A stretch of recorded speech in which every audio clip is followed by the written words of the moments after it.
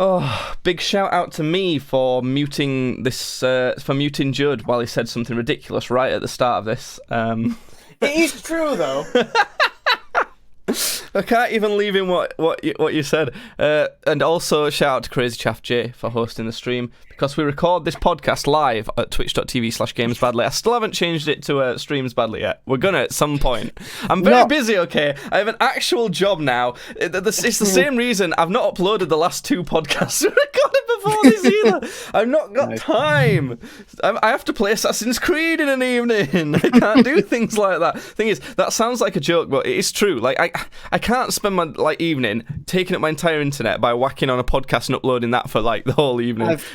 I've been busy at home. I've been doing stuff specifically for this this podcast. You got to use it, haven't you, we Jay? needed stories. We needed fresh stories. Oh. Needed stuff for me to talk about. Oh fuck! Oh no, that sounds bad. I've got a couple. The first thing is it's just it's not even really a story. I don't even know if it's fucking good podcast material. It's just me going to Five Guys. It's actually a PowerPoint demonstration for the podcast where I talk about the images that I want to show you. As you can see by these graphs. See, the joke is there, kids. This is an audio-only format, so you wouldn't be able to see any of it. What a funny joke. But it is video too. If you go to YouTube and that go on the story's Games Badly channel. At the end of it, I just got an extra burger and a milkshake at Five Guys. So I'm not even gonna tell that story. It's stupid. This one time, I went to Burger Shop and I got a burger. I got free burger. Oh dear. Speaking of burgers, though, have you noticed? Just as a little tangent, have you noticed that restaurants have all got slightly worse?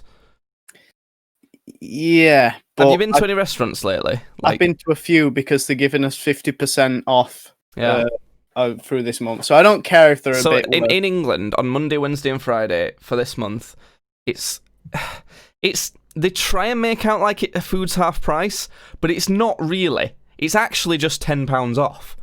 You know? You can't go with a family of 8 and eat £50 worth each, and the bill will be cut in half. That's not how it works. It's half price until the discount's more than £10, in which case they just give you £10 off instead. What do you think of that? Bullshit, really. That's fine. I'm still okay with that. I don't care. I'm still fine with that. Still fine, so I'm not too bothered. So Jake, I had to make an awful decision. I had to sacrifice a lot for us to have a story. For me to have a story today. Oh yeah, for us to have something to talk about. Yeah. I forced myself to sit down and watch Umbrella Academy. Oh, thank God for that, because it's actually really good, isn't it? I bet you like it now. No, it's not. It is. It's good. No, it's not. What's your problem with it? It's great. It's cool. It's fun. My problem with it is that I don't actually enjoy the story. The story just seems really simple. Did you watch all of it? I've watched the entire first season, and I just finished the first episode of the second season. Yeah. So it all seems really straightforward. It's not. There's not really any big twists or turns. The only sort of big twist in it is that one of the characters that you think isn't a superpower, isn't a superpower, doesn't have superpowers, has superpowers, and that's the only big twist. That's not the big twist. That's something that you see coming the whole time. There is another twist that is actually a lot more surprising than that. What? That her boyfriend. No, spoilers. Well, no. Because of course we're going to talk about spoilers. Because I'm not going to talk for an hour and not have spoilers in this. Yeah, well, you have to say spoilers first, though. Otherwise, spoilers first. Right, Fanya's boyfriend is the bad guy. Oh, not the bad guy. Whoopsie do. The guy who just happened to show up at this specific time that everybody was immediately pegging as being a weirdo freak. Whoa, surprise, he's a weirdo freak. The thing is, Judd, right? You're taking it all wrong, right? You need to take it up your ass and not in your... Oh my God. No, but the problem is it's not trying to be a high concept, really like sort of, you know, intricate story or something. It's just a nice, easy watch. You know what I mean? No, but the thing is, it's not an easy watch though, because there's so many times in that show where something fucking stupid happens, like and what? it expects you to roll with it. Should we talk about the talking monkey? Oh, like, come on. You can't just get pissed off at the fact there's a talking monkey. I can and I will. That's just good, though. I can and I will. Because, and you know what? It is good. It is good. I just want a little bit of context.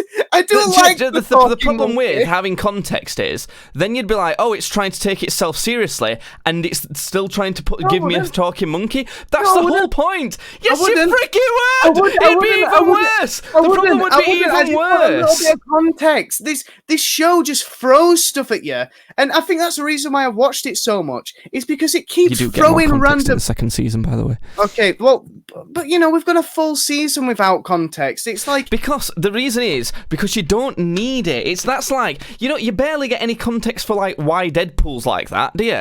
You don't need a character backstory for Deadpool. You get a fair amount of context for Deadpool. Why is he so cocky, and why is he making jokes? Why can he break the fourth wall? Oh, not enough context. Well, that's not something that you don't ask for context on a personality trait, Jake. You ask for context on why a monkey's fucking talking and wearing a three-piece suit. I want context on that, not why there's a merc with a mouth running about. The thing is, you're underestimating the fact that just the environment that this monkey's appeared in, it's not like he's just like walking down Athersley Road. It's like he's in literally the academy of the like mysterious inventor guy. Like that's like not completely out of the question. The amount of context that we get is that right on the very first episode, he's stood there and he gives a little speech and he says, in many ways, Reginald Hargreaves made me the man I am today. And that's pretty much it. It's pretty much left up to you to go, okay, so he did it then. And then he sort of go along. So that's as much context as you get from there. But it keeps doing shit like that. There's like an episode. It's in the very final episode of the first.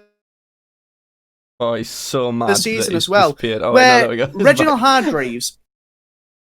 Oh no! Has it come back? Where did I cut out at? Just disconnect from the call and join again a sec. I think my internet's been a bit fucky. Okay, there we go. You got so mad that you knocked your internet out. Where did I cut out at?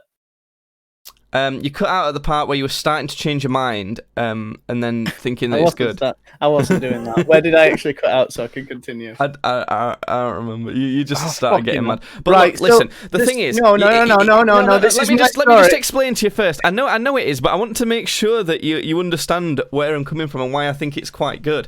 Is because it's not. It's like the same reason why you don't like Big Bang Theory is probably a similar reason as to why you're not going to like this. It's like it's not meant to be a show that's like fucking, you know, like the Netflix Marvel shows, or it's not meant to be like the equivalent of, you know, like Avengers or something. It's not meant to be anything like that. It's meant to just be a silly little thing that you can sit down and watch, and it'd be like, oh, look, talking monkey, that's pretty funny. You know? No, that's well, I mean that is sort of is, but the thing is, the reason why I fucking hate Big Bang Theory is because it's got shit jokes in it and shit characters. The reason why I don't like the Umbrella Academy is because I feel like I'm sort of sat here. I'm sat in a room sat with a bunch of a thousand of a fucking retards, and I'm sat watching this show. And there's this talking monkey that comes on screen, and he starts talking. Everybody's going, "Oh yeah, talking monkey, yeah," and they're all nodding along, go along with it. And I feel like the only one who's looking around, everybody going, "What?" Judd, the show's trusting you to understand that it's not important. The backstory of this talking monkey is not important. He's a major character, though. He's a major character. It's not important. He's not actually a major character. He's a side character. He's a major character, and he's a secondary character. He drops like several plot bombs along the way. The major characters are all the brothers and sisters. Those are the only major characters. The rest of them are secondary characters. No, that's true. He's like, probably, but I don't want to concede. No, I'd say like Char Char and Hazel. I'd say they're main characters. They've got enough screen time. I've already forgotten who they are. Actually, I know they are now. Yeah, but Jake, you don't have an opinion on forgetting who people are easily because you're an ADHD riddled freak.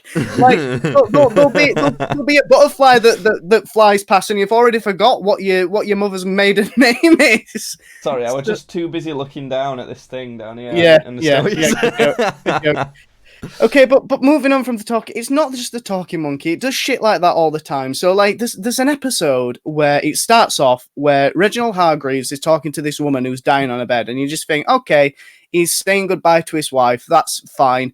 And then he sort of moves across the room to this balcony bit, and it's like he's on an alien world, and there's just ships setting off, and you just think, what? So is he an alien now? This is the finale of the first season. And then I think he goes to Earth, and then he buys an umbrella shop.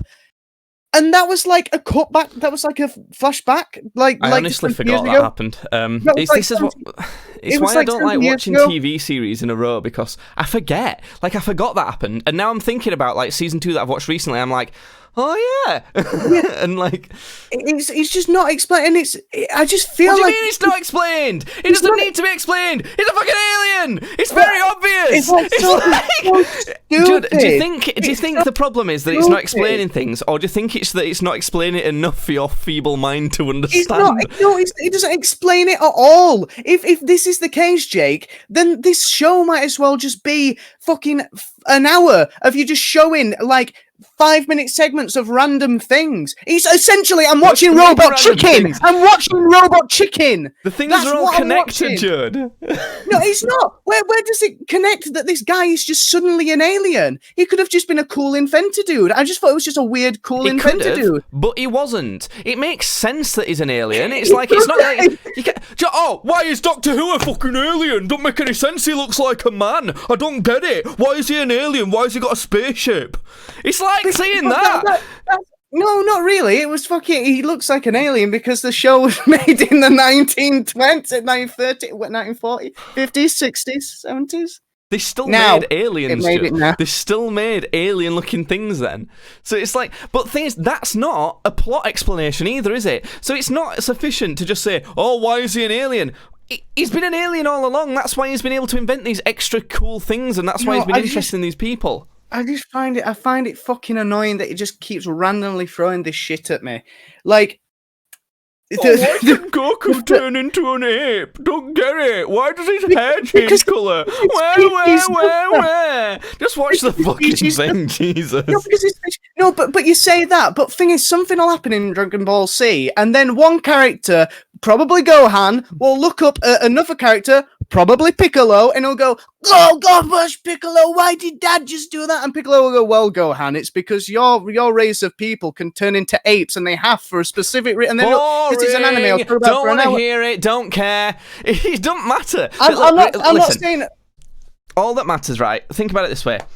It's a symptom of shows for different people. In that, I don't like Game of Thrones, and why don't I like it? Because they just talk forever, and I don't care, and it doesn't matter. In this show, it's completely opposite. You know, so I prefer that a lot more. They're the opposite. Yeah, but they're both opposites. But they're both of those things are bad. They're both bad things. Like, I don't want someone to sit there and talk shit at me for an hour, and I don't want someone to randomly go, oh, look at this new bit of information. Oh, no context for you. They're two complete opposites. It's like you said, Deadpool earlier. We know that the Weapon X thing happened, and we know how he got those powers. Okay, that's fine. Move on. That's fine. We just need a little bit of something, because at the end of the day, if you just don't tell us, then. But the monkey butler's the perfect one. It's like, oh well, that guy did it. He does weird stuff. He invented it. He made a monkey butler.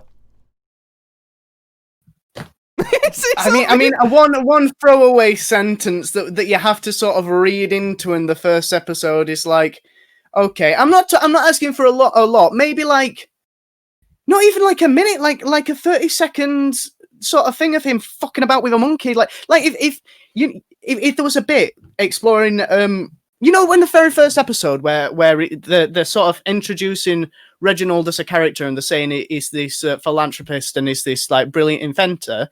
They could have had him doing some brilliant inventing by fucking working on this monkey, like have like an autopsy thing going on, and then he like stands up, and it's like not even it's like a 10-second thing, It's established. That's established. I have just established it in 10 seconds without having to pour context into your mind. Something as simple as that. Look, Judd, I think this is better in that if you the show trusts you to understand that you don't need to know that for this story that it's painting now, for this more exciting story it's trying to give you now. You don't need that, and it's just cool anyway. You don't need to know that yet. But the other thing is, you have to trust it as well in that it needs to not give you that information for later on.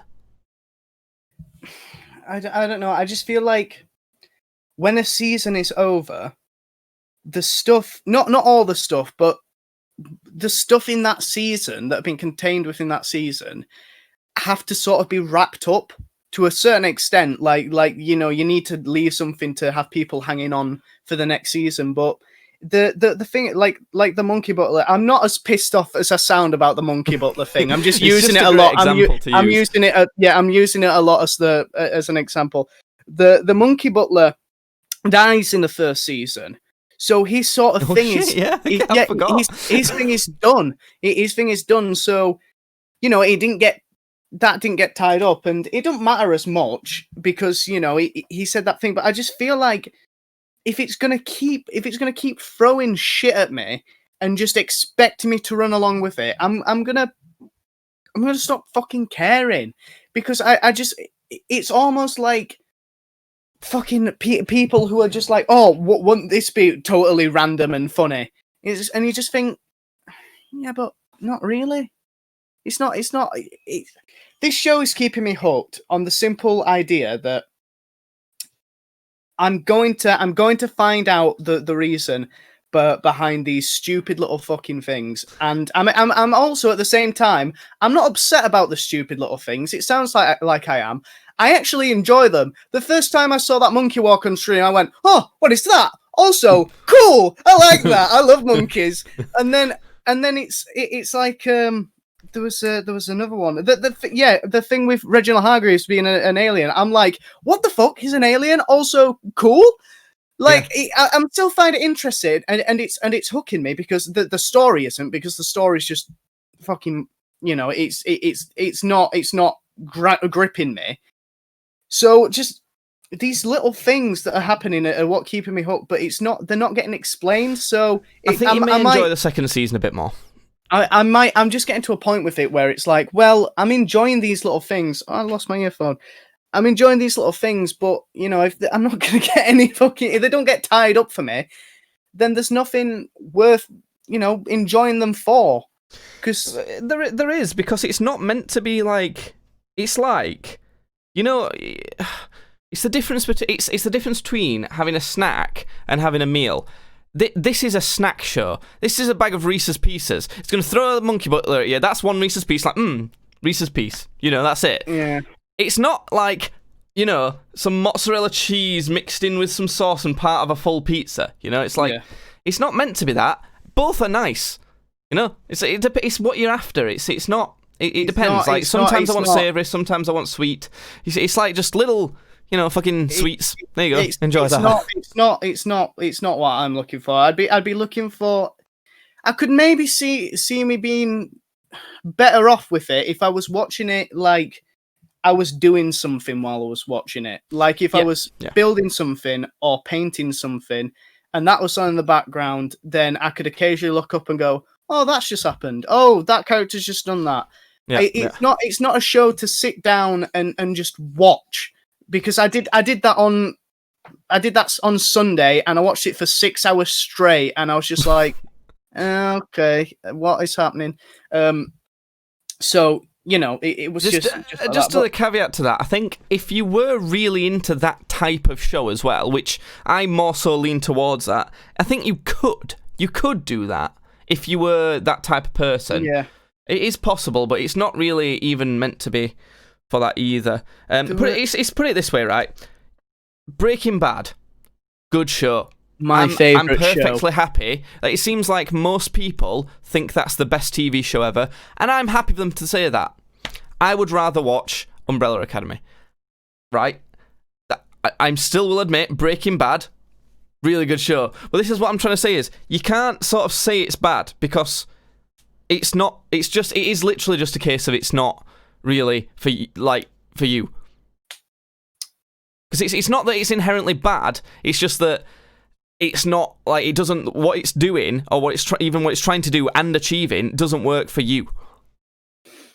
No, I still feel like you're wrong. I just want to be a miserable cunt. Well, yeah, I feel like that makes for good material, but I get what you're saying, that it's not really for me. I'm not even trying to say that it's amazing. I'm trying to say it's pretty good. I quite like it. I could say, well, he's got me watching it. I'm still watching it. I'm going to finish the second season. I think, in conclusion, it's not for people like you. It is for people like me. It's pretty good. I'd give it a 6. I give it a 6 out of 10. Fine. I would give it a 7. The Umbrella Academy. It's maybe all right. No. It's probably all right. Yeah. Might not be.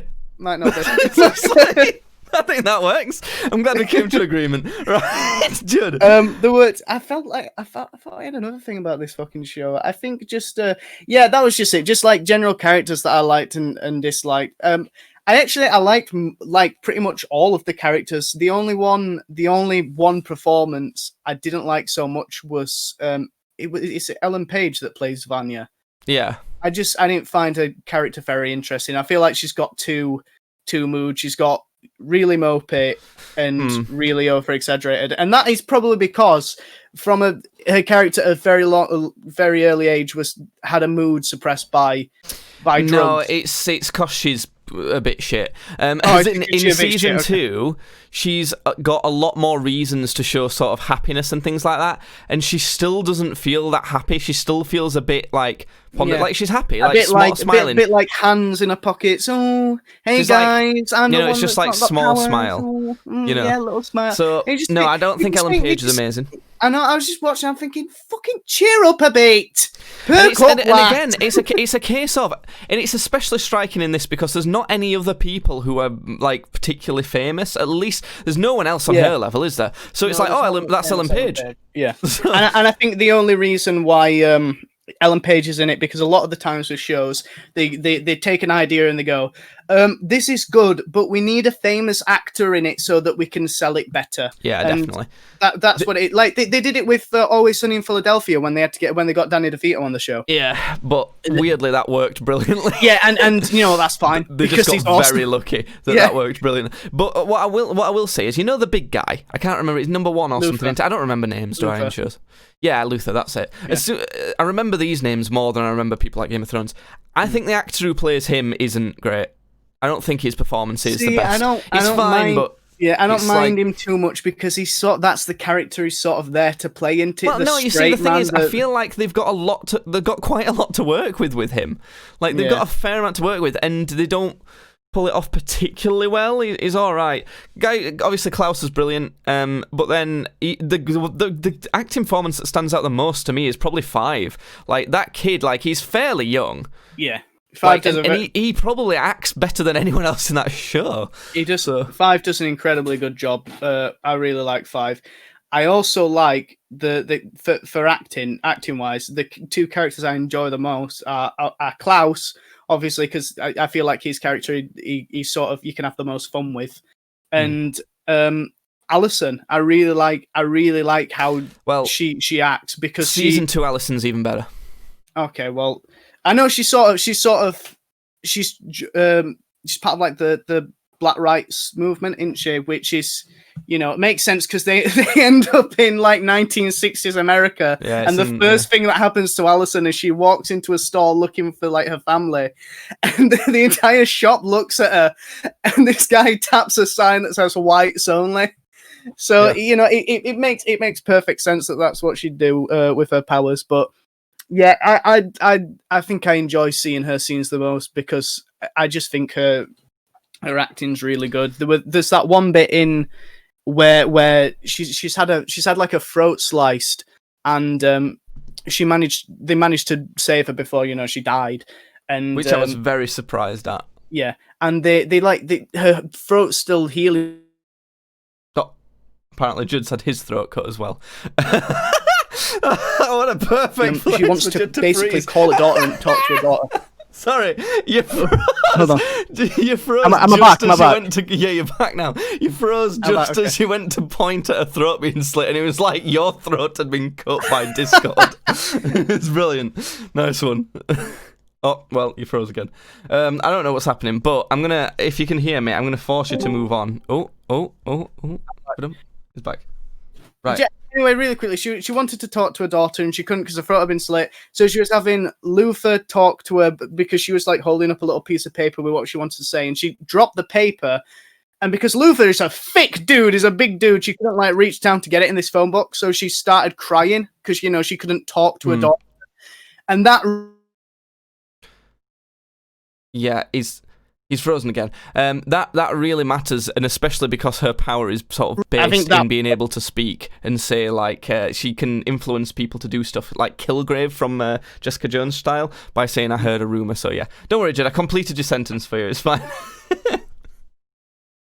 Why did I cut out? Yeah, you cut out again, but I finished it for you, it's alright. Well.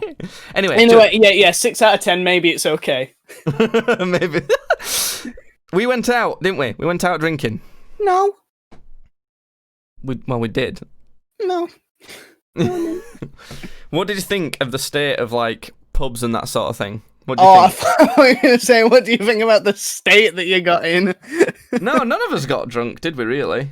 I was fucked. I was. Were you really? You didn't see me. Was it one of those cases? Because sometimes when we go out drinking with you, you'll kind of sort of just look a bit fed up and tired and just say, I'm going home, like quite soon. And I think I've started to notice that's not you just being tired and a little bitch. I reckon like that's the point where you've gone, oh shit, I'm really drunk. That's what it is. I just in my head I just go, oh no, I'm really fucked. It was so annoying because we'd just gone in one of the only bars that was still open, and it was a place we've never been before, and we were like, oh, this is actually all right, it's quite nice, and the drinks are quite cheap and that, and you just went, I'm going home. And we were like, oh, okay. I don't remember that. I don't remember saying that. What was it? It was that Weatherspoons one that we've not been into. That's usually just full of old men. I know. I remember us going in there, but I don't remember us leaving. That's when going in there. That's where my memory sort of starts. I remember me and Sam getting back to my place, but I don't remember what happened in that Weatherspoons. Oh, you went back to yours. See, this is quite weird because sort of. When you get like memory blackouts from drinking, do you kind of sort of wake up and think, yep, that makes sense? Sort of, do you kind of expect it almost with sort of how drunk you got? Yeah, do you kind of expect the memory blackouts from how drunk you were?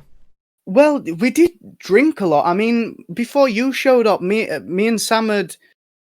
Well, I'd essentially had a full bottle of wine because I had half a bottle and then I'd had like a big glass before that bottle. So I drank a full bottle of wine and then like 2 or 3 other glasses.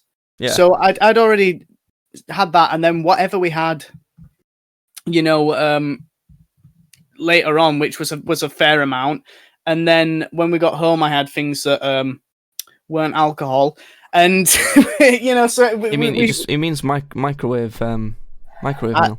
Yeah, lasagna. So, yeah.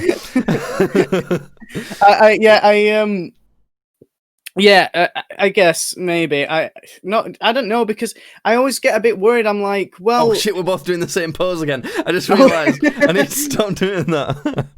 I get a bit worried because it's like, well, I've had these blackouts, and obviously, like, you guys have just sat down in that pub and you're like, yeah, we're enjoying this, and I'm just like, I'm going by. It's like, what am I up to in them memory blackouts? What am I doing? Am I getting on people's nerves? Am I being a mangy cunt? No, because literally, I think the only thing that happens is you just go like quite quiet and you don't look sad. You just like kind of like look a bit sleepy and in a quiet. And like, that's it, really. I think essentially what happens is that my body just goes, oh, this is it now. We've reached the point, and it sort of enters like a sort of routine default mode, and I'm just like, my body needs to be recharged. I will leave to my recharging bay now. And I just go, if I didn't drink as much as I did like throughout the night, I probably wouldn't do that.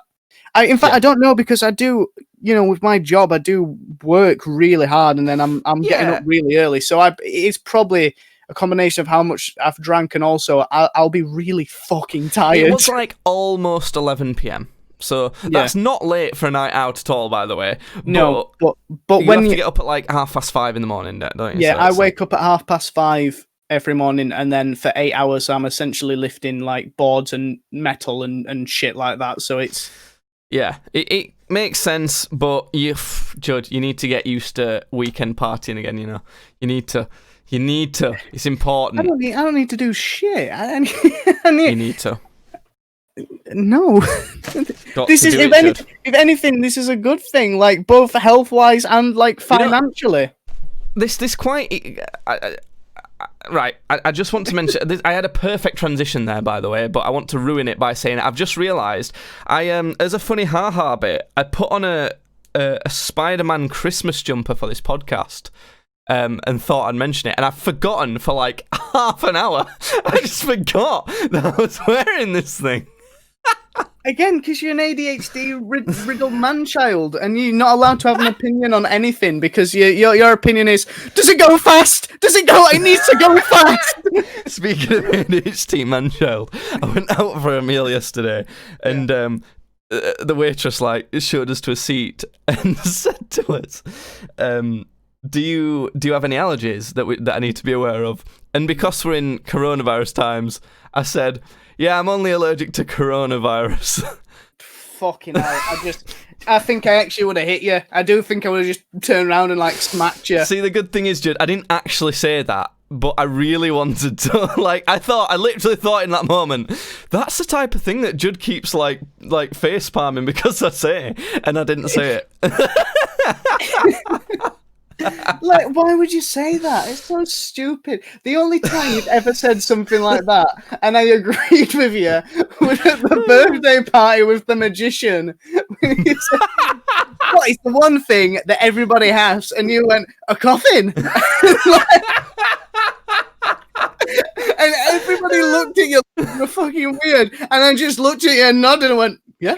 Yeah, that works. Yeah, I just thought I'd mention that before moving on, because I didn't want to forget. But what we're going to say is, Judd, when you go on a holiday, surely that's the time for you to go a bit to have proper nights out and get drunk and that sort of thing. Yeah, if I have a week, I'll get accustomed to it within the first couple of days, I should imagine. Because if I'm forcing myself into that mindset, if I'm forcing myself into I got a week now, I can relax, I can just drop everything and relax, then I'll get into that mindset. I mean, the thing is with the 2 days, the weekend, is that it's right, okay, for this one day, pretty much this one day, I have to stay up really late and do a lot of activities and talking and drinking, and then pretty much the day after I have to go back to normal.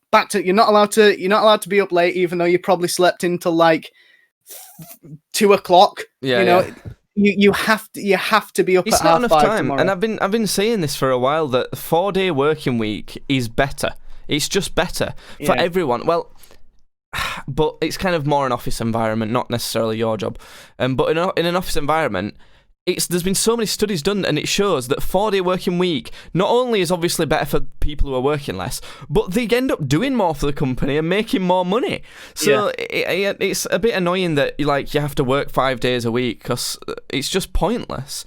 And if you did have an extra day in the weekend, you could go out on Friday and do all of that stuff. Then have your sort of lazy day on Saturday, and then Sunday you can kind of be getting back used to it. So 3 days would be just enough to be able to sort of do all that stuff, wouldn't it? Yeah. But yeah, I think next time you have a holiday, you should, you'll want to do that sort of thing, won't you? It's one of the things I noted down that I thought might be quite interesting to talk to you about. Unless there's anything that you wanted to mention about the night out. It was pretty standard, weren't it? You got out for a meal. Yeah, we've not brought up the third member of Games Badly was there, Sam. Is that official? I don't think that's official. No. Maybe one day, but not right now. So I don't know. It was fun. We went to some bars. it was weird because obviously whenever we go on a night out with you, weird shit happens. I think that might be the first night that I've gone out with you when nothing happened. No, weird shit did happen. It wasn't a massive thing, but do you remember us? Do you remember us walking around to was it Channels that we went? I do remember. Yeah, I do. Yeah, and there was these guys. They're in sort of like they had those jackets on that had got stitchings of all like all kind the of different punk type of guys, different like metal bands that they've been to and stuff. And I came around. I was wearing these like in fact, have I these sunglasses that you've stolen from my girlfriend? Yeah.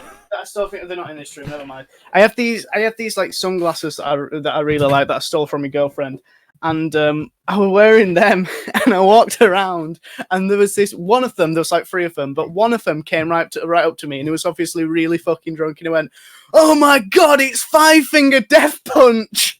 And all of them. Yeah, like the entire band of Five Finger Death Punch. He came right up to me, and he probably didn't expect me to know who Five Finger Death Punch were because, like, I was dressed pretty normally. Pretty normal. So I think what freaked out is that I then started singing random bits of Five Finger Death Punch songs. My favourite bit was that you took the glasses off to see like who he was, and we were singing it at him, and he went, "Oh no, never mind." Yeah. As if he thought you actually were. And then I went, "Put them back on," and I said to him, "Look, they're back." And he looked at you again and went, "Oh," as if they'd gone away and come back for real. This guy was that drunk. It was like when you do peekaboo with a baby, and then put the glasses back on, and he went, "Oh, there you are." Yeah, it was proper peekaboo. No, that was good. But that was like the calmest night out I've ever had with you, and it's because of the like everywhere's sort of shut down. Oh no, and things like that. There was something, but it didn't actually. We weren't aware of it. So right. Do you remember us being? You remember us being in Channels? We're in the smoking area. And I called over my friend Aaron, who worked there, and I had a little chat with him. I think we were talking about some Warhammer shit or something. And he then went off after we were talking, and a guy called him over, and started talking to him. So it turns out, in fact, hold on, let me bring up the message that Aaron sent me really quickly, so I know I get this right with what happened. Sorry, it's all right. You've got plenty of time because there's kind of a little something else that happened to me while we were there as well. But I'll get to that I've got it. once Okay. Judd's told his, because I was only saying that to stall until he got it. That was good, Okay. that wasn't it? Yeah, it was good. So Aaron, all right, I'll basically read the conversation. Should I be saying that? I'm sure Aaron doesn't give a fuck. So what's his last name? Judd, say a different last name. Say last name. Peterson. Wait, Aaron that's Peterson. it. No, wait, no, it's not. So essentially, I got this message from Aaron Peterson, and he said, "Remember that guy that spoke to me in the beer garden on Friday because you shouted my name?" So I say, "Yeah." And they messaged back, "After he left, he went to the courthouse and threatened them with a bomb." Oh shit! And then he got arrested, and I responded back, "Mad lad." Oh my god. Yeah, I was in the toilets with that guy, and he was telling me how like someone had tried to fight him or something, or I was just thinking, I looked at him and thought, oh, it's a good job they didn't actually fight you, because he was like scrawny as fuck, you know? Yeah, He was like, so, oh, okay. Yeah, so Jake was taking a piss next to the mad bomber of Barnsley. No, I'm fairly certain he didn't actually have a bomb, though. He probably didn't actually have one, no. But No. He probably said, "I'm going to blow this place, I'm going to bomb it." And then, like, other police have come through, nicked him, and then searched him, and he's like, "I've not actually got a bomb." Yeah, it'll have just been fucking... Although, thing is, it's a good job they have, because if someone's, like, jumps to that conclusion, maybe they have, maybe they think about that sort of thing. It's the type of thing that, they need to pay attention to. It's the whole sort of warning signs that you get told about all the time of like school shooters and that sort of thing. They should search his house just in case, because if you're threatening a place, even if you haven't actually got a bomb or anything, even if you're actually seemingly harmless, Thing is, though, if he's jumping and thinking to that, that's not the first thing I would think of when threatening somebody who's pissed me off. Like, I'd be thinking, oh, I'll fucking smack you or something, you know? I wouldn't like, think, I'm going to bomb this establishment, you know? Yeah. So it is still something to be concerned about. But, you know, I'm not too concerned. But, I'm not overly concerned. Well, but yeah, so it was still a weird night. I still did manage to my ethereal madness that seems to mitigate around me is still seeped its way into people's minds. So. It retroactively sort of fixed it. Do you remember there was a guy who came up to us that I knew as well when we were in this same sort of bar that you were on about? I remember. And he was a big guy. He always has been. I've known him for a while. I've never been close with him, but like I've known him. And I bump into him in town fairly regularly. And he was trying to tell us about that he's come out with his mates, and that this like older big woman had like take a shining to him, and that they'd all had to give her like fake names and that. And he was trying to be all laddie. And do you remember we walked past where he was sat, and he was sat on his own talking to this supposed woman and someone that she was with. Yeah. That happens a lot with this guy. Yeah. And thing is, we were looking at him thinking, mate, just fucking go for it. Just get with her. We were like, you can't be that picky, mate. Like, come on, just do it. Do you remember what I said? Do you remember what I said to you? Not specifically. I said to you, why is he complaining about the pussy he gets when he looks like Lester from GTA 5? Exactly like that. He looks like walking a limp and everything. For whatever reason he listens to this, he'll know who he is. I'm not going to say his name. Sorry. It's just too funny not to laugh at. But yeah, it's so... I was like, mate, come on. You can't. Just do it. Like, no one's going to judge him for getting with this, like, older big woman. Well, I suppose, actually... Maybe we can just claim that he's doing his part to stop the spread of virus. That's the whole reason he didn't do it. Let's just pretend that. Okay. But yeah, I thought that was quite funny. Done it. I would have had a go on her. So I know you would. Yeah. Should have taken your virginity. Should have made you into a man, boy. I'd never mind. I don't even care. Okay, Judd. So. I'm going to talk to you about holidays, but that's sort of something we can leave for any time, so that'll probably be next week. And I wanted to ask you about this first, or like tell you about this first, because I want to keep it fresh in my mind. So I watched a couple films with Jasmine, like lately. And do you remember last time I told you about a film that me and her watched? Yeah. That Natalie Portman one that were just weird and stupid. Which one was the Natalie It was Portman called one? Annihilation. Oh, yeah. So we quite like to find these movies that seem like they have a fairly interesting concept, but they could be god-awful. And we don't mind if they're, like, stupid, because we just talk about it all the way through. And, you know, it's the type of movie you can talk through. Umbrella Academy. No. Umbrella Academy. Europe. An interesting concept that's done shit and you can talk all the way through it. That's literally what we agreed upon at the start of the podcast. Listen. So we ended up watching 2 movies back to back because we were enjoying like watching films like that so much. Yeah. So the first movie we watched, they're both on Netflix, was called The Witch, not The Witcher, The Witch, and it was a horror film. I know it. Yeah. And it's set in, you know, witchy times. Yeah. I would say maybe like just slightly before, you know, like the Salem sort of things, where it went a bit like everyone was getting accused of being a witch. Yeah. Because it didn't seem like they instantly believed certain people were witches. But it was just this family. There's a dad, a mum, a couple twins that are a boy and a girl, a boy who was like about 10, a girl who was about 14, and then right at the start there's a baby. And they've left a plantation to sort of have their own land and sort of just live off the land type of thing. Mm-hmm. And right at the start, there's a girl playing peekaboo with baby, and one time she goes peekaboo and like opens her eyes, and you expect there to be a jump scare, but there's just no baby. Baby gone. It's just gone. And it sort of straight away shows you this fucking witch. It's just a witch. The witch has got the baby. It shows the baby in a hut. And she kills the baby. You don't see her like actually do it, but she kills it and grinds it up.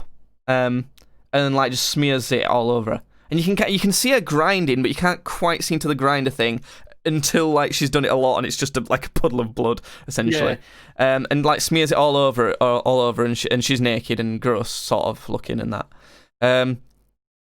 So you see that, and it's sort of, I don't know. There's a lot of stuff that happens. There's a lot in it that seems a bit stupid. In that, like, there's a scene where this dad's taking kid out in woods to hunt for stuff, and they've got a gun. And I'm sort of thinking, would these people afford a gun for a start? Yeah. Maybe, though. I'll give it the benefit of the doubt. But what I don't understand is there's a scene where the older sister, the 14-year-old sister, is like washing some clothes in a river. Younger lad comes to wash something, keeps glancing at her tits. Not really any other girls to look at, you know? So it's like part of the like whole sin thing, because they're heavily sort of religious Protestant type people, you know? Yeah. So any sort of tiny thing they believe is a complete sin. They believe they're born into sin, all that sort of thing. So one of these twins, the girl of the twins, who are maybe about 7, 6, that sort of age, comes through some reeds behind them going, I'm the witch of the woods, I'm the like sort of thing, because like, you know, they believe a wolf's taking the baby, but, you know, the kids are sort of making, it might have been a witch, though. So they're like, they go, I'm the witch of the woods. And then older sister's like, oh, you shouldn't say that. Oh, wait, no, the boy says, oh, you know, just don't say that. That's not nice. Our babe, our younger sibling's fucking dead. Because this is like 2 weeks after the baby gets snatched. Yeah. And fucking this 14-year-old sister starts going, no, I am actually the witch of the woods. I am a witch that fucking cursed this baby, and like starts like pins this child to the floor, and I'm the witch of the woods, and if you say anything to your mum and dad, I'm going to our mum and dad, I'm going to put a curse on you. And like this kid's like starting to get scared, and the girl is joking, but the thing is, I'm thinking, there's no way that girl would ever dare say that, even as a joke. There's no way. So I'm instantly like, what the fuck? They're gonna blame her for being a witch. Yeah, she's gonna get done for that. You'll get done. In this day and age where we're burning the witches at the stake because of scientifically proven methods of asking them if they've got a cat. If it's yes, burn them. You know. Well, but what they do have is a black goat. Ah, well, symbol there you go. Of the devil. It's like, what the hell? It's like a male black goat as well. It's like there's no reason to even keep it. They can't milk it. Literally Satan. You've literally got Satan in your backyard. Wait. So there's that. And then, for some reason, the boy and the man get in trouble for even going into the woods because there might be a big wolf about that could hurt them or kill them or something.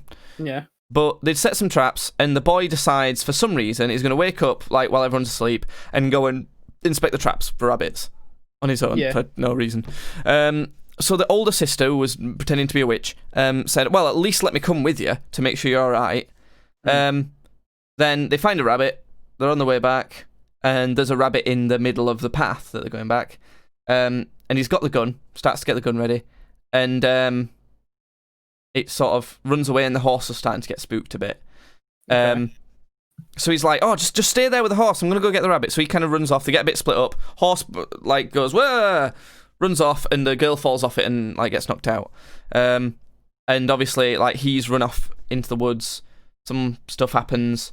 And they're trying to find him. They're like, the rest of the family, like, calling out, like, oh, you know, where are you? And then it just cuts to a shot of this boy walking forward. He's like, oh, my, he's, like, looking at something. I'm thinking, has he seen something? Oh, they've got a dog. They took a dog with them, like, to try and help him find rabbits and that. And dog's just dead. Like, he finds the dog that's run after the rabbit dead, like, with its bowels out. Okay. He kind of walks around, sees just straight up stereotypical witch hut. Just straight up. Like, like Shrek's shack? It looks quite a lot like that. So he sees that. I'm instantly thinking, if a boy saw anything remotely like that in those ages, he would fucking run.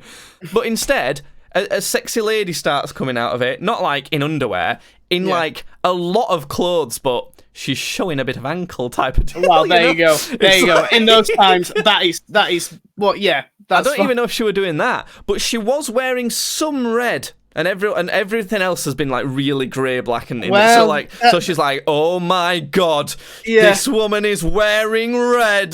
Yeah, so and there's literally a scene of this, like, this woman must be like 27, 28, and like the actress it's obviously the witch, you know, like in disguise, but the actress who's playing it's that, and she literally kisses the boy who the actor must be like 10, and like on the lips, and I'm thinking, oh, that actress had to actually do that. That's fucking gross. That's a bit nasty, that, yeah. It's a bit weird, that, isn't it? So anyway, boy's lost. They think he could be dead, and he ends up not being dead, comes back, but he's completely naked and like rubbing himself against like a fence, and the older sister like discovers him, is like sees him like going against this fence. They're like, oh shit, he's got devil in him. Kill him, because obviously they would. And he like literally like chokes up an apple, like a rotten apple. You know, like witchy symbolism. And those two twins, right, start going, it's her, she's a witch, because the little shits, and she did that joke to him. So obviously, like, I can see it all going to fuck. Guy, like, there's a bunch of weird, like, he says a bunch of stuff. He's like praying to this witch, essentially. Yeah. There's a bunch of arguments about who the witch is, whether it's the older sister or whether it's both the siblings, because they're friends with this black goat. Then the dad's like, oh, I don't fucking know, and I'm sick of you all, and locks them all in the goat pen. This is the best character in the movie.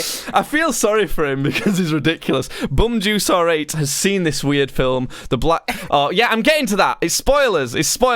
He's called Black Simon. Oh, yeah, he's called Black Simon. What, the goat? Yeah, the goat. Black Simon. Or Black Kevin or something. Yeah, I don't know what it's called. Black Wilson, Black Simon. He's Black something. Whatever it is, it's weird racial symbolism. It's probably not. But yeah, so they get locked in with the goats, and obviously witch comes in to where they're locked in, and the man wakes up in the morning, sees the goat pen like destroyed. Twins are gone, witch isn't there, 14-year-old girl is still there for some reason, and then RKO out of nowhere, this goat fucking rams the guy in the side of him and like hurts him enough for him to be going and coughing up blood and stuff somehow. It's just a goat. It's like, I was like, oh my god, is this goat like Super Saiyan or something? Black Kevin's just RKO'd the fuck out of him. I know. And the thing is, so he goes to pick up the gun, or it might have been a spade or something to fight the goat with, picks it up and then goes, nah, puts it down and just like accepts his death from this goat. This goat like rams him into like a pile of like wood that he's chopped, which all falls on him, and he's dead. So then the girl's like slowly walking towards, like, oh my god, I can't believe this happened to my dad. And the mum comes out, obviously being the only one left, because everyone else is dead other than those two, and she's like going mental at this girl. Like sort of pins her down at the floor, screaming in her face. Girl has to like stab her mother to death essentially because she's trying to like choke her out because she thinks she's a witch. Yeah. So that's kind of the whole thing. Can I just say, the mum so far, she has done the correct thing. The mum and the dad, they've done the correct thing. I've kind of been trying to breeze over it quite quick because there's another movie I want to tell you about. That she does kind of have a vision that her dead son and dead baby are just sat in a room just like with her. And that the baby's hungry and she needs to breastfeed it. But in reality, what's actually nibbling on her breast is a crow, and it's not breastfeeding, it's just pecking her nipples off.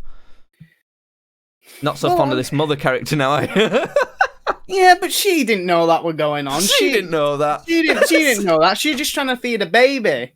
She didn't know that. The baby's dead! It was dead a month ago! But she was having a dream. Well, at least she thought she was having a dream, so, you know. The witch had done some hallucinating bollocks to her, obviously, or something, I don't know. It might have not been the witch with what I'm going to tell you. Basically, right, this girl, not knowing what to do, I thought, if I was in that situation, I thought she'd just kill herself, or, like, I don't know, become the witch's apprentice or something. No. You know. just run. Well, she can't. They're like in the middle of nowhere. She won't get far. She won't be able to get anywhere on her own. Well, I suppose Jasmine did say she could have picked a bunch of corn and gone back to the plantation because they did have like some corn and stuff ready to harvest and that was kind of going to be the plan when the son died. So she could have done that, I guess. But what would she have done? Like some guy would have just like raped her in those days and like No, I think they were pretty stern on that shit. They were. But what would she have done? She can't just go and work somewhere. No, because she was a woman. She would, it wouldn't have been in her favor. But a dude wouldn't have just raped her. They were all very wary of God in those times. So. Yeah, I suppose. But yeah, I don't think she would have survived anyway, and especially be with a witch on the loose, Yeah. Which she definitely knew was there and saw. But instead, she just has a chat with the goat. She just goes up to the goat thinking, oh, fuck it, like, I'm going a bit mental. She goes up to this goat and is like, yo, Black Kevin, Black Simon, whatever it is. Are you the devil? Just fucking tell me. I don't know what to do anymore. And it's like, she says this for a while, and then turns to go, then I shit you not, the goat talks to her. The goat straight up talks to her. Oh, it's a brilliant show. You know what? This would happen in Umbrella Academy, and you'd say, no, it's all right. You don't need context. But the thing is, Judd, all the way, it was a bit of a Lovely Bones scenario, because all the way through this, I'm thinking, surely this isn't just a witch. I'm thinking maybe one of them is actually the witch. Yeah. I would have preferred that. It could have been any of them for all I care. I wish one of them would have been the witch all along. Like, it would have been surprising enough, because I was thinking, maybe. Don't think so. So it would have been surprising enough for me to think, oh, that was fairly cool. But instead, no, the goat was Satan. He just was. Oh, he was just actually the devil? Yeah. Oh, well. So the goat was Satan. It offers her to be a witch, and she goes and like laughs naked with this witchy coven in the woods. Yeah. So, but we were thinking all the way through, there was a lot of, like, you know what I mean? Like, there's a lot of stupid stuff like her pretending to be a witch, which you would never do. Like, in those times. They would never do that. And even literally stuff like the mum and the dad had a bed with pillows and, like a curtain round it. And I'm thinking, these are, like, poor Puritan people. Well, they're not that poor. And they've come over from England. And they what was annoying as well was there was one person in that family that I could tell was actually from Yorkshire, but they were all trying to put on Yorkshire accents. It's like, just actually get Yorkshire actors, because it makes sense. They could have been from around there. But it was just a bit. It did say at the end of the film that a lot of it was based on a lot of historical texts and stuff like that, and some of the script was taken straight out of historical texts.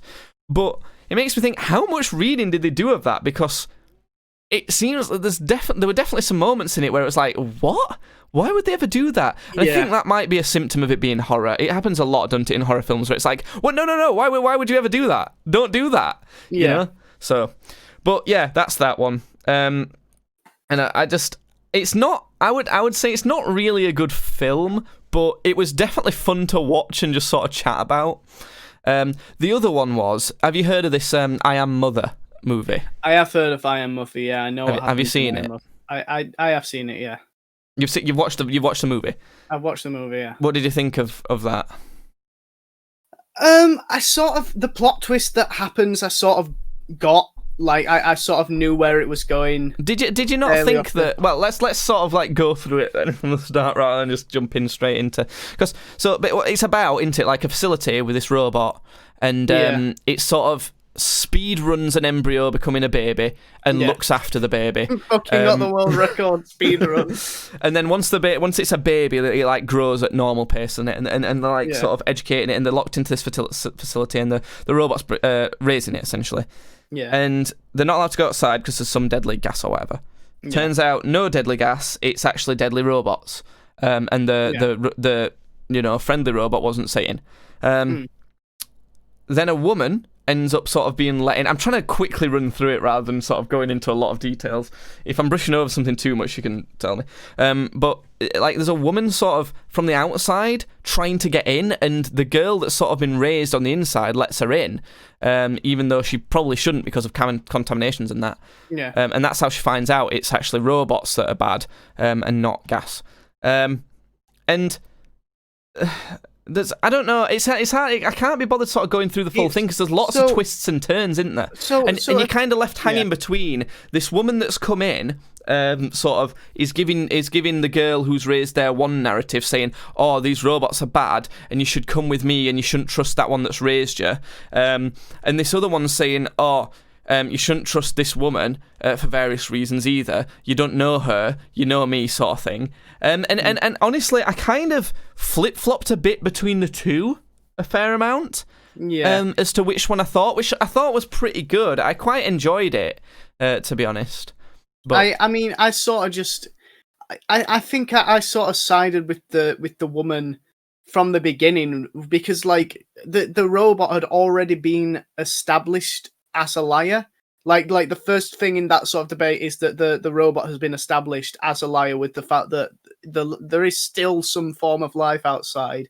You know, it is safe to go outside. As the first liar. Yeah, so they've been, you know, they both leave shit out and they're both liars, but they've been tarred with the brush first, so you sort of just go, right, okay. And also, this is an actual human, so the thing is, I don't trust humans as much as machines. Going to be honest, like, people are shit. So, and plus, she's kind of feels a bit like a vagrant. You know, she's kind of scruffy and desperate and that sort of thing. So, I don't know. You can kind of see why, and I think maybe I sort of thought that the robot would be sort of, you know, on the bad side a bit more if I had to have picked one. But yeah, I kind of flip-flop between the two. But then you get the big old twist, the big old spoil, don't you? Yeah. Of the fact that this girl who's been raised there isn't the first embryo to be raised, and it's not about actually just straight up restarting humans. It's about sort of raising the perfect human, or at least as close as they can get. And because she keeps having to take these tests regularly, and it's sort of just brushed off as like, oh, they're just making sure, you know, that she's learning and doing well and being prepared for when they can, you know, kind of repopulate type of thing. But in reality, it's testing to make sure she's good enough. And there's people who've been raised before her. I think it was about three other girls that had been raised before her that had actually been incinerated or like killed because they weren't good enough. And it's weird. This woman that sort of comes back in and, you know, like enters the compound. Yeah. I'm a bit confused, and I think on purpose you're not meant to know, as to whether she was one of the past embryos that had been raised. I'm pretty sure that she was, because right at the end the robot says something, because she like this robot sort of confronts this woman before she ends up like getting her down, and she you know, she says something that sort of confirmed it. I can't remember what she said. She said that like you were quite useful or something, but now I've not got any more use for you. Like, which makes me think that was part of another test for the one that we've seen, you know, grown up in the facility. I don't know. It was just a very interesting movie, and it's got too much to it to sort of go through. I just thought it was pretty cool, a pretty cool concept. Yeah. And it left just enough up in the air, I think. But I have to say, it wasn't flawless, because, like, it kind of made it seem like, essentially, the robot, because the robot could control all the other robots, essentially. It was like a whole one consciousness, weren't it? Yeah. It weren't that, like, each robot had its own personality, and if that robot was destroyed, it was gone. This one mother robot controlled them all. And it sort of made it out like the facility raised girl killing the one that raised her, it killed off mother, and like none of the other sort of robots would work. But then mother like was in one of like a weaponized robot and killed that outsider woman. Yeah. So like it's like, well, if mother actually wanted to kind of just come back and continue doing what she was doing, she just could, you know, she could just do it. Yeah. So it's kind of like, that's a bit weak. It should have been that was the master one and she kind of killed them all, essentially, or something like that. I don't know. But well, no, because then it sort of then goes on that like the test was that they needed a human that would rebel against this mother and would start humanity afresh, and she'd have this sense of what's right and wrong. And then it had also gone the what the mother said to the woman about her being useful, because it allowed her to carry out a test to see of, you know, if morally she was the human that they wanted. So. I suppose it's like a more. I suppose it's sort of played off as a more. It's a thinker. Thorough test, isn't it? Because rather than just doing one of the normal tests and just asking her what she would do if that was a whole scenario, they did it to make sure that she was. Yeah. But it is kind of the case of no one's really a bad guy in that. Not really. I suppose Mother is definitely the closest to a bad guy by killing some kids, but it also kind of confirms that the outsider woman was kind of born in there and found out about the kids being sort of killed off because she says that she's seen them kill children, but she's the only one that's ever been on the outside. Yeah. So, yeah. It's a good film. Good film. I recommend that one a lot. And the CGI in it is fucking fantastic. It's absolutely incredible. I only know sort of a few scenes that were CGI and a few that weren't because I saw like a run through of it. But if I just watched that film and had to tell which was CGI and which weren't, I couldn't at all. I couldn't tell you which versions of the robot were CGI and which weren't. It was incredible. Another film. Did you see? Are you subscribed to Pyrocynical? No. Well, he does every so often. He does like a movie review, and he does really good ones. And he did one of is it Cube? Yeah, Cube. Yeah. In fact, did I watch those? I might have watched. I mean, I've watched the movies. I've watched all the movies, but I'm thinking, did I watch Pyrocynical's video? He did one on the sequel as well, where basically Cube 1, actually fantastic. Cube 2, type of thing. I think Cube was fantastic. I thought it was pretty good, but this is the thing. When he does a review like that, I'd rather watch the review and some of the things he says because it makes me think, you know what? Yeah, that is brilliant.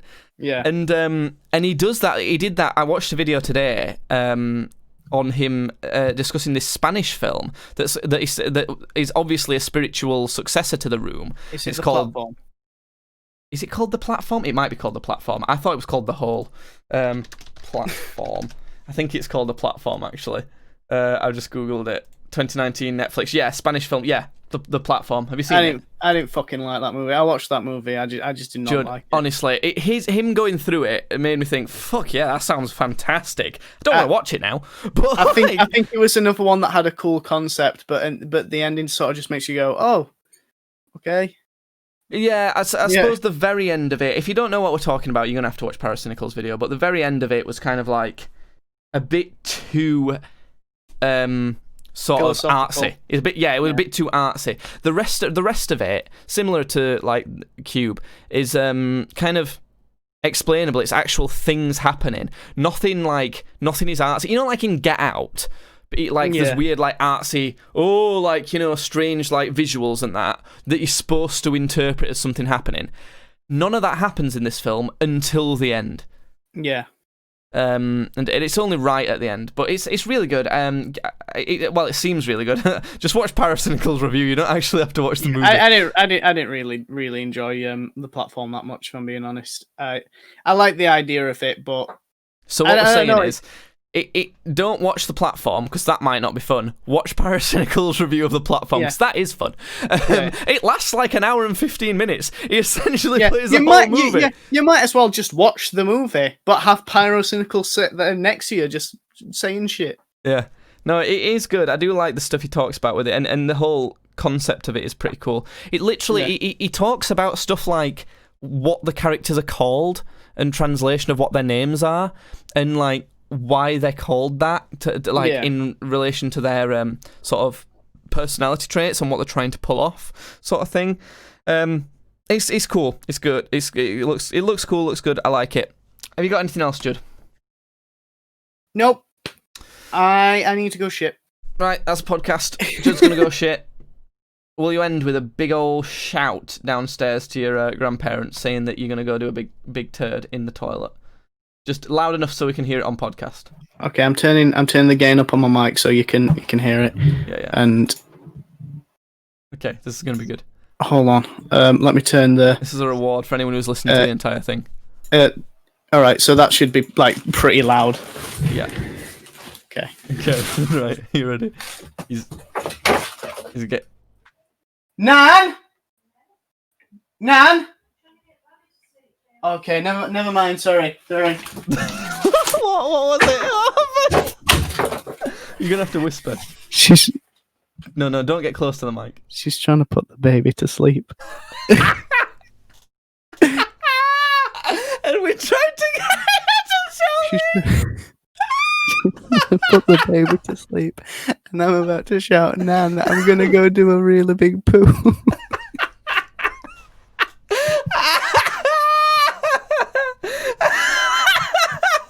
How ashamed do you feel?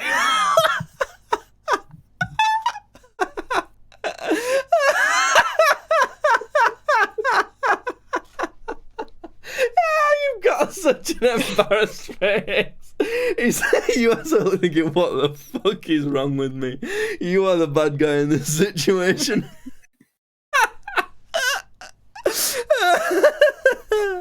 Oh, well, on that note, do you want to say goodbye? No. Bye.